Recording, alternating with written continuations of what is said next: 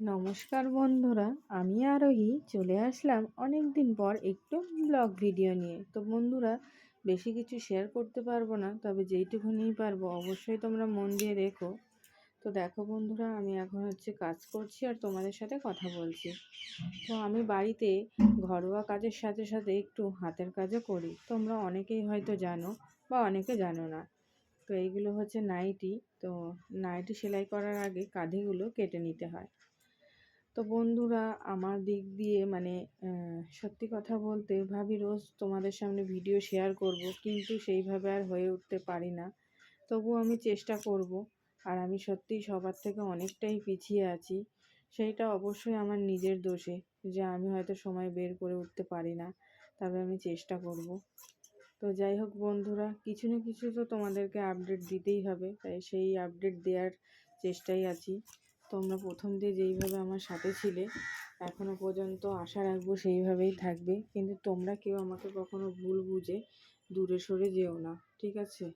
কারণ একমাত্র তোমরাই আছো আমার শেষ আশা ভরসা, যে আমি কষ্টে থাকলে তোমরাই একমাত্র আমাকে বোঝো।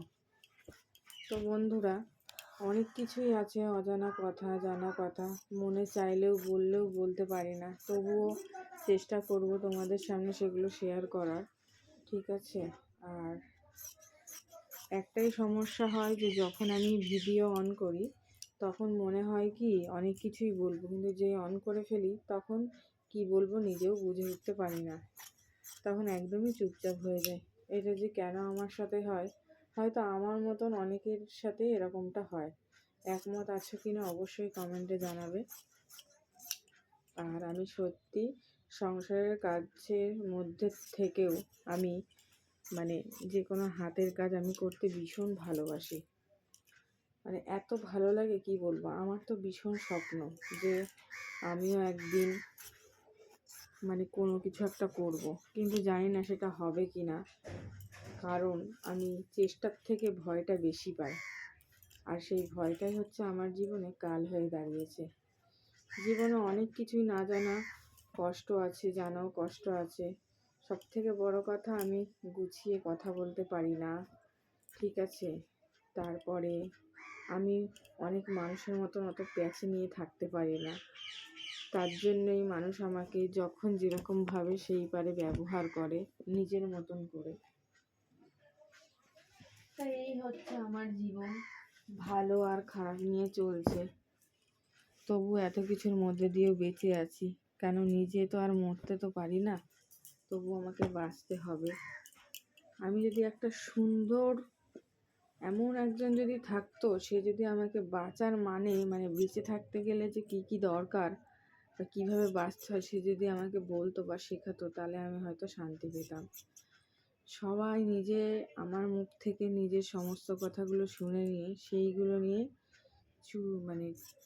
কি যে বলবো আমি নিজেই বুঝতে পারছি না, যে এরকমটা আমার সাথে কেন হয়। আমি তো কখনো কারোর ক্ষতি করি না বা কারোর খারাপও চায় না, কিন্তু তবুও মানুষ আমার সঙ্গে এরকম বেইমানি করে। এরকম বেইমানি করে তারা কী লাভ পায় আমি নিজেও বুঝি না। তাই তো মাঝে মাঝে নিজেকে পুরো একা করে দিয়ে চুপচাপ থাকি। কিন্তু তবুও সেই মানুষগুলো আমার সাথে এরকমটা কেন করে আমি বুঝি না। আমি না মানুষের ক্ষতি কখনো করার কথা ভাবি, না কারোর খারাপ চাই, কিন্তু তবুও সেই ব্যক্তিগুলো আমার সাথে এরকমটা করে। এর কারণটা কি আমি নিজেও আজও বুঝে উঠতে পারলাম না, যে তারা এরকমটা করে আমার নামে বলে, ঠিক আছে, আমাকে ছোট করে তারা কি খুশিটা পায় আমি তো সেটাই বুঝে উঠতে পারছি না। আর এই সমস্ত করে তাদের কি লাভ হয়, তারা কি পায় আমি সেটাও জানি না। হ্যাঁ, সেই সমস্ত মানুষকে আমি বলি যে আমার থেকে দূরে থাক, কিন্তু তবুও তারা সেই আমার আশেপাশে আসবে আর আমার সাথে এরকমটা করবে। তো যাই হোক, এখন এইভাবেই অনেক কিছু চলছে আমার সাথে, ভালো খারাপ মিলিয়ে।